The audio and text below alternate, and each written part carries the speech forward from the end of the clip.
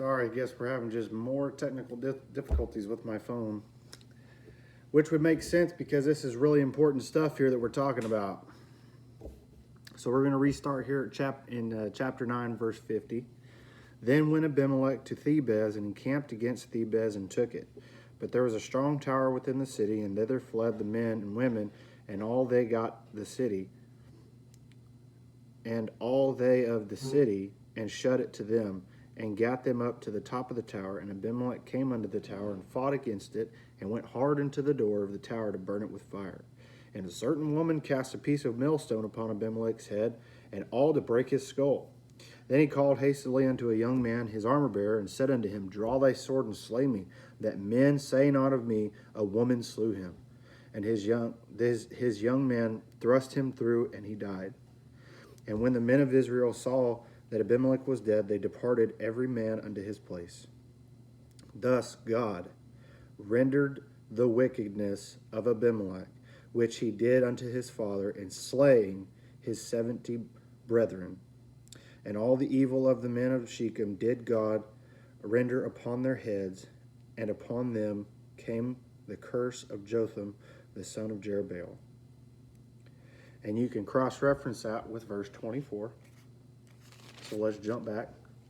Verse 24, that cruelty done to the 70 sons of Jerubbaal, which might come, and their blood be laid upon Abimelech their brother, which slew them, and upon the men of Shechem, which aided him in the killing of his brethren.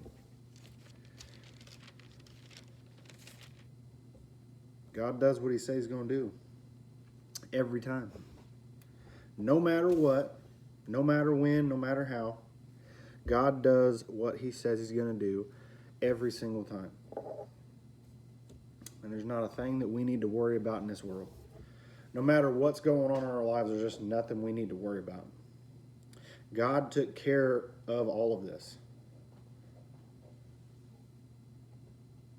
And it's amazing to me, even the things that I get upset with and the things that I let bother me in my day, I have to realize that, and I learned this from Sam Cathy, that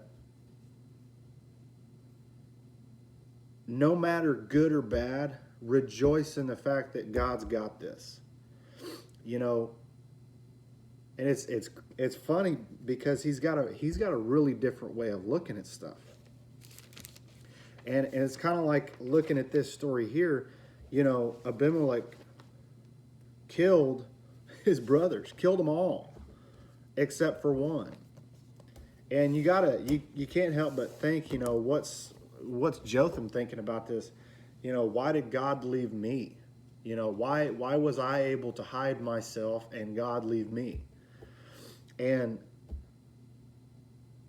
God can bring a good situation out of anything. But that whole situation with Abimelech, you know, dying and Abimelech killing his brothers the way he did, and then God, you know, rendering their blood upon him and taking care of that situation, you can't help but wonder, what's that going to do to Jotham? Maybe this situation had to happen so Jotham would end up turning his life over to God and getting his life fulfilled in the glory of God. And that's what we have to think when we have bad situations in life happen. Like with my own situation, I never in a million years would have thought that I was going to do videos of me reading the Bible and giving you guys my interpretation of the Bible.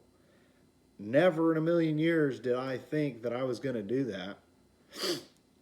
But had I not gone through what I've gone through in my past, which is maybe not as bad as what maybe some other people have gone through, or maybe it's worse than some other people have gone through, God still took that situation or situations and brought me here today talking to you. And I sometimes, I don't want to say that I lose sight of it, but sometimes I let things bother me and steal my joy away when I really should rejoice in the problems, because that's just God. That's just another way that God's showing us that he's there and he's walking through it with us, and that he's going to carry us through to the other side. And there's going to be joy all the way through your problems and on the end of your problems. And then, another problem will arise. But that's just how life goes, especially as a Christian. We're going to have these bad moments in life. And it's all about how are we showing Jesus's love, how are we showing the world Jesus in our problems? How? How are we showing him? Because I guarantee you that, you can be a sunny day Christian where everything's great and sunshine and roses and cotton candy and everything's wonderful. And as soon as a problem hits, you're just down in the dumps. And I'm going to tell you that if you're a Christian that does your best to follow God and follow and do what you're supposed to do, then there's going to be someone out there that thinks that you're the best Christian that they know. And how we handle our problems is how they will see Christians, because you're the only Christian they know. Now, it may not be that way with your situation, but you may be the best Christian that someone knows. So how are we handling our problems? Are we rejoicing? Are we complaining? Are we down in the dumps? I know I fail at this all the time. I get down in the dumps. I get bothered by problems and situations, and I just wish that I could talk to my parents about it. And I just can't. But I can talk to God, and God will carry me through everything. And it's not that I lose sight of that. It's just I'm not used to turning to God in those situations. And I'm getting better at it as the days go on and as the problems progress. And it's not fun to say that the problems progress, but problems do progress. That's just what happens. But there's glory in God in everything that we do and every situation that we have. In this problem, I get another chance to glorify God. I get another chance. God's giving me another chance to say, hey, you've got everything under control. I have nothing under control. I'm yours. Use me. Tell me what you want me to do. And hopefully that helps you guys. And oh boy, I really hope these videos help you guys, because it helps me to get my nose stuck in my Bible and get off of my phone and get into the Bible and get away from life. And I really hope these videos help you guys. And yeah, so I've also got a TikTok account that I am posting my videos to. I post my videos on Facebook and on TikTok, and I've recently started a YouTube channel. Not sure how it's going to go. I'm not really tech savvy. I'm not the technical type of guy.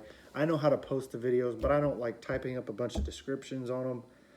I'm going to do my best at typing up descriptions, but I'm just trying to get the word out there. I'm just trying to show people that it doesn't matter who you are. God loves you. He can save you if you just turn your life to him. And I just want people to know that. And when I die and go to heaven, I just want to see people there that heard my message, or I don't know. I just want to see people there, because I know that it's just going to be great, amazing, wonderful for you guys to let Jesus take control of your life. I promise you'll be happier for it, and you'll be more kind and more joyful than you've ever been in your life. And anyway, that's all I have today, guys. And we'll be back again going through Judges chapter 10 and maybe 11 and 12. I'm not sure. I like to do just a chapter.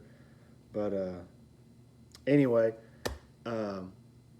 check out my YouTube channel. It's just my name, Derek Quinelly. It's Derek. Last name's Quinnelly.